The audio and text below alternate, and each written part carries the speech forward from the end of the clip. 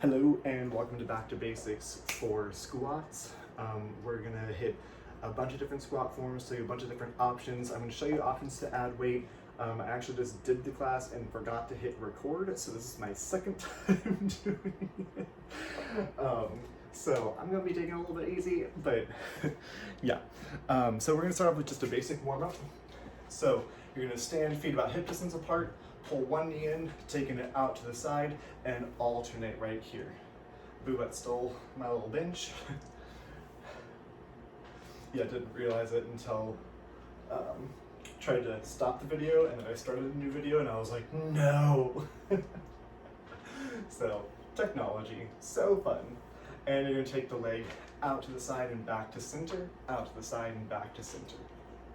So when I'm doing squats, or when I'm cueing squats, a regular squat is feet about shoulder width apart with the toes pointed out slightly. A wide squat is the feet wider than shoulders with toes pointed out a lot. And then a narrow squat is feet underneath the hips with toes pointed forward. Go ahead and just swing one foot a couple times, and then you'll just switch sides, getting those hips nice and warmed up.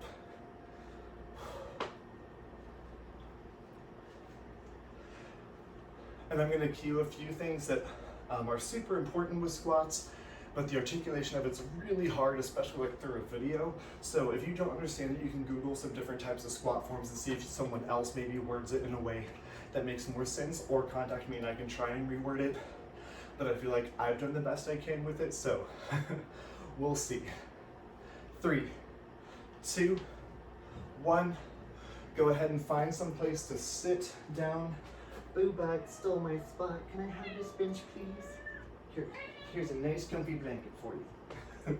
All right, so you're just gonna squat it back onto a step, bench, chair, table, whatever you have. Feet about shoulder width apart, again, a regular squat stance. You're gonna send the butt back and come all the way up. At the bottom, you wanna kind of like almost flare those toes. You're way far back on those heels. Keep the chest lifted. I like to send my arms out a little in front to counterbalance. And you can use something to make sure that your chest is staying lifted. What you don't want is you don't want to fold forward like this. You want to shift the hips back over whatever it is that you're aiming for. And eventually try and put less and less weight into the step. 3, 2, 1. Go ahead, just kind of step those feet out for a moment. So here's the hard thing to articulate is you want to stand, again, in your regular squat stance, feet about hip distance apart, and you want to send the feet out to the side like you're trying to slide your feet out. If you had paper plates or something under your feet, they would slide out and you didn't have to do the wide splits. So send those feet out to the side, feel the knees come out to the side, and you should feel kind of a little pinch through those deep hips and deep glutes. Keep your chest lifted and just kind of send it out to the side and then relax it. Send it out to the side and relax it. Send it out to the side and relax it. Now we're gonna hit that same muscle on the way up, especially. Try and get it on the way down, but on the way up is more important. So feet about hip distance apart. I'm gonna come back to my step, coming all the way down. I'm gonna put weight into the bench. Send my knees out to the side, put a little bit of weight into my feet, try and slide my feet out sideways, and then prop myself back up and really squeeze the glutes to the top using those same muscles that you use to try and send the feet out to the side. I'm gonna put less weight into the bench, send the feet out to the side, and lift it up. Keeping that tension with those feet out to the side on the way down just a little bit. Hopefully you feel that. You should feel those glutes start to engage, especially on the way up, and you'll feel that squeeze through the butt at the very top of that movement. It's a great way to engage the glutes and protect the back because now your glutes are a lot more engaged. We're gonna get started with just a regular interval. 30 seconds of movement, 10 seconds of rest. Body weight first. Feet hip distance, shoulder width apart, regular squat. You're just squatting down. Find that push to the side and lift. Down, find that push to the side and lift. Keep your chest lifted. If you have something reflective, I have this little TV screen, or I've got this little screen, or I've got the video going, I can see my back is not folding forward. My knees are staying over my feet. They're not going past the toes. 3, 2, hold it down. You can wiggle your toes. If you can't wiggle your toes, shift your weight back. Slowly lifting it up, feet out nice and wide, point the toes, and squat. Send the knees out to the side and lift. Squat and lift. It's almost like someone's right here with their fingers and they want you to smack their fingers with your knees. You want to keep those knees tracking outward, straight over those toes. You do not want them to knock in like this. And at the bottom, you want to almost tuck the hips under. 3, 2, hold. Knees right over ankle, chest is lifted, hips tucked. 3, 2, 1. Feet together. Ready? And shift it back and lift. Shift it back and lift. With narrow squat, I really like to come back onto a bench or a step, putting less weight in it with each rep, just eventually getting to where you can just tap that booty back. We're going 2 more rounds of these exercises. You can add weight if you want to. 3, 2, 1. Hold it back. If you're back on a step, just a little bit of weight in that step. 3, 2, 1. Grabbing a weight. Regular squat and begin. If you don't want to add any extra weight, you do not have to. Again, sitting those feet in that regular squat out to the side like you're trying to do the splits, especially on the way up, and squeeze the butt at the top of that range of motion. I had a huge internal debate of, do I refilm this right now? Yes, refilm, when I didn't even film it once. 3, 2, 1. I'm not gonna hold with extra weight, especially since I just did this. Wide squat, I'm gonna hold the weight lower. Chest is lifted, you're not folding forward. 3, 2, down. If your weight is forward like it is mine, you're really pulling the shoulder blades back to keep the chest from coming forward. Knees track with those toes. Almost trying to send the knees out wide is going to end up keeping them tracking. Unless you have crazy flexibility, they might be too wide, but rarely do I see that as an issue. 4, 3, 2, 1, and narrow squat. I'm not going to use a step this time. I'm going to hold the weight horizontally, feet hip distance apart, and shifting it back. Keeping that chest lifted. You'll hear some people say gaze at the sky, which I don't disagree with, but sometimes it gets your neck like really strained. So I say gaze where the wall meets the ceiling. Because generally it's far enough in front of you that you're keeping your chest lifted, but you're not like straining that neck to look. 5, 4, 3, 2, 1 more round of each. So again, regular squat, feet about hip distance apart, get that separation of the feet on the way up, and squat, push the feet out to the side. Squat, push the feet out to the side. Squat, push the feet out to the side. When the weight's in front of you like it is here on me, you might feel that core engage. It's a front squat. The weight is front. It's not compressing the spine as much, but it's really going to engage that core. 4, 3, 2, 1. Quick rest. Feet out nice and wide. Point the toes toward the corners of the room. Shift those shoulder blades back and squat and lift. Pull the shoulder blades back. Keep those hips tucked under just a little bit. You can even like pause for a moment at the very bottom. You might feel that inner thigh engaging just a little bit.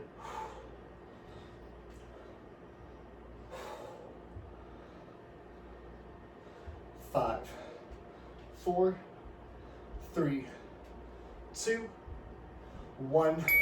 Back to narrow. Then we're going to take a quick break and then adding in some new stuff. 3, 2, feet narrow, send the hips right back. So after this, we're gonna take a break, and we're coming into a single leg squat.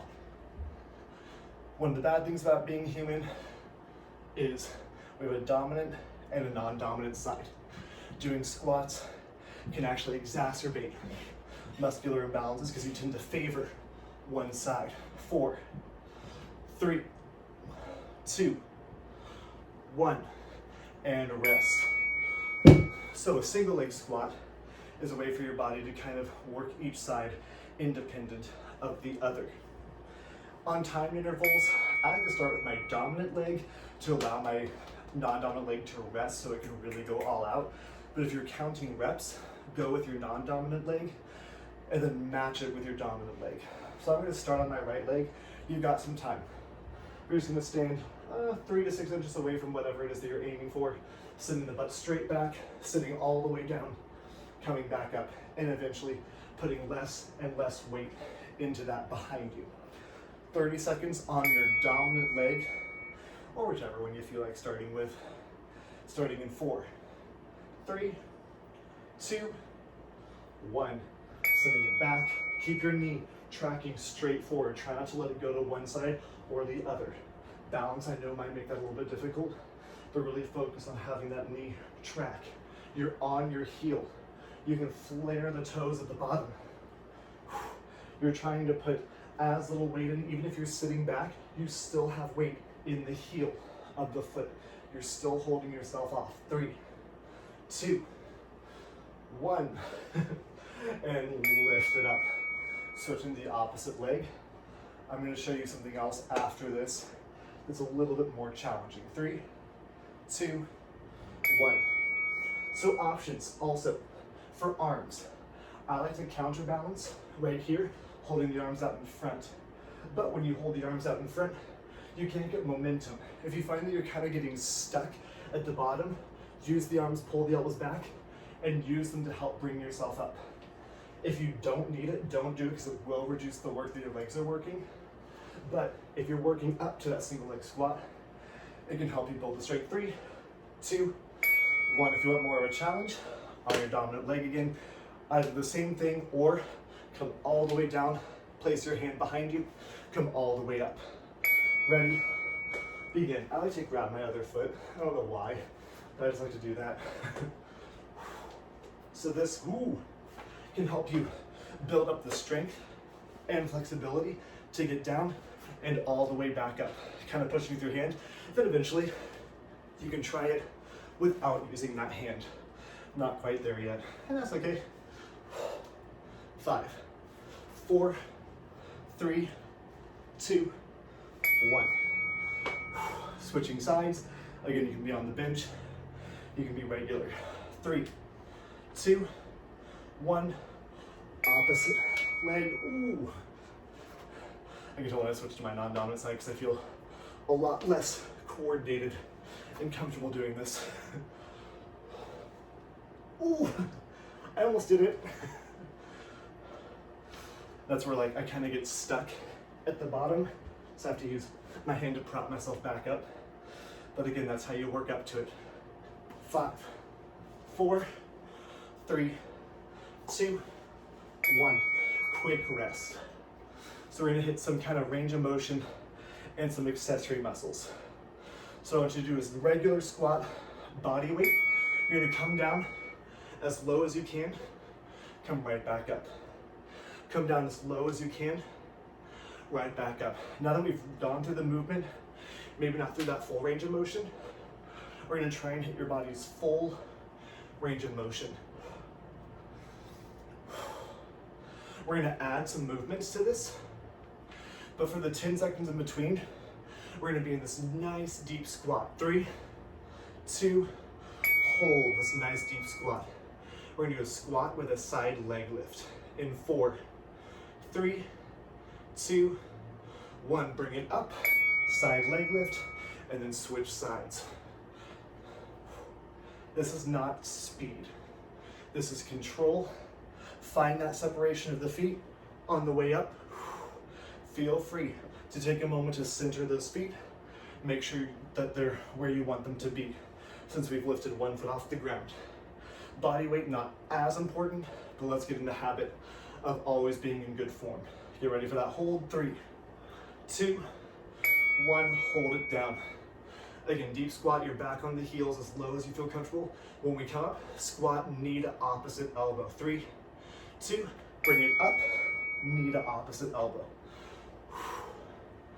Knee to opposite elbow.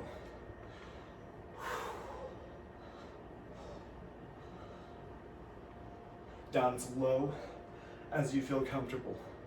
Body weight is the time to work on that range of motion. If you have a little extra weight, especially if you're used to it, Malasana squat from yoga, or you got some good flexibility, feel free. 3, 2, 1, hold it down. We're doing a squat with a front kick now. 4, 3, 2, 1, bring it up, front kick. But in that pistol squat, that single leg squat, I'm kind of getting stuck at the bottom. So I need to build up that strength in that very bottom range of motion, which is why I've been doing that deep squat a lot, because that's going to build up the muscles. And again, you want to do some single leg stuff just to keep those muscular imbalances from happening. 3, 2, hold it down. We're going to start our cool down. So I want you to reach down, grab the toes, and you're going to extend up with the feet still planted, and you're going to slowly bend it down. So you get into forward fold. Lift up with the hips and shift it forward, lift that chest.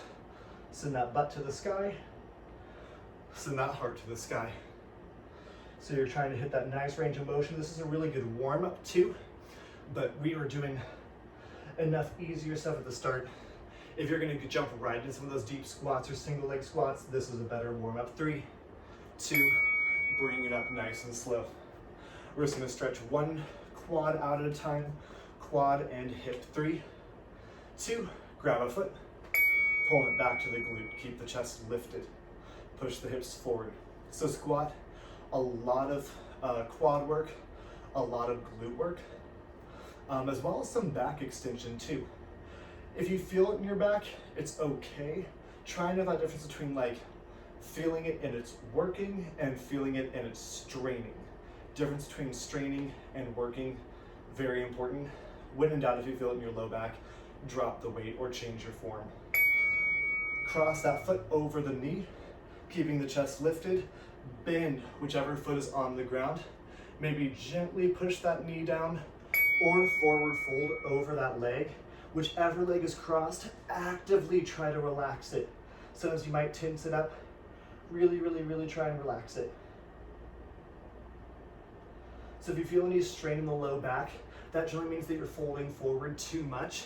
You have to come forward a little bit to counterbalance the movement, but you don't want to come forward too much, and that's why you try to send the feet out to the side, because that'll really help to alleviate that low back. 3, 2, 1, bring it up. Just kind of step it out. I have slight scoliosis that causes my hips to be a little off during squats. Pull your opposite foot back, push the hips forward. Whenever I get that foot separation of sending the feet out to the side, it mostly works in a regular squat, not so much in a wide squat, but with the regular squat, I feel my back instantly relieve. 15 more seconds, chest lifted, hips pushed forward.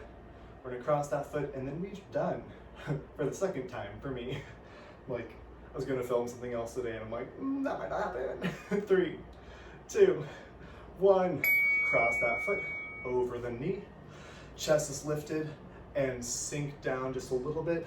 Either push down through that knee or reach all the way for the ground. Relax that leg.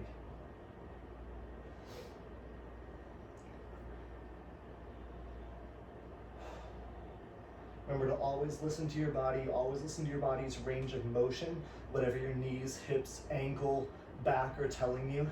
Some days that deep squat feels really good to me, and some days I'm like, nope. Or I have to just spend a lot of time warming up. 3, 2, 1, and slowly just kind of step it out for a moment. Make sure blood's gonna get back up to the head. get some water. Feel free to throw any of these into your workout. Work on that squat. It's such a good functional exercise. Inhale the arms to lift. Exhale down. One more. Inhale the arms to lift. And exhale down. Great job today. Have a great rest of your day. And do this video twice because I did it twice.